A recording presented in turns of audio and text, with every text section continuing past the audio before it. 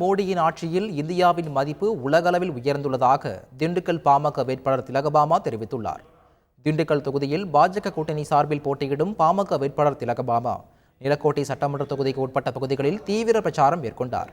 மக்கள் மத்தியில் உரையாற்றிய திலகபாமா தான் வெற்றி பெற்றால் மத்திய அரசின் திட்டங்கள் அனைத்தையும் திண்டுக்கல் மக்களுக்கு கொண்டு வந்து சேர்ப்பேன் என உறுதியளித்தார். இருந்த பிரதம மந்திரி எல்லாம் அமைதியா இப்படி கையை கட்டிட்டு இருந்தாங்க அமெரிக்கா முன்னாடி. ஆனா பாரத பிரதமர் நரேந்திர மோடி அவர்களை மட்டும்தான் அமெரிக்க அதிபர் இறங்கி வந்து கை கொடுத்து வணக்கம் சொல்லிட்டு போறாங்க.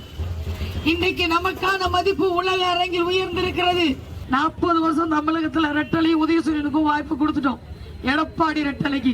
இன்னொரு பக்கம் 20 ஆண்டுகளாக திண்டுக்கல் நாடாளுமன்ற தொகுதி அடமானம் வைத்து விட்டோம்.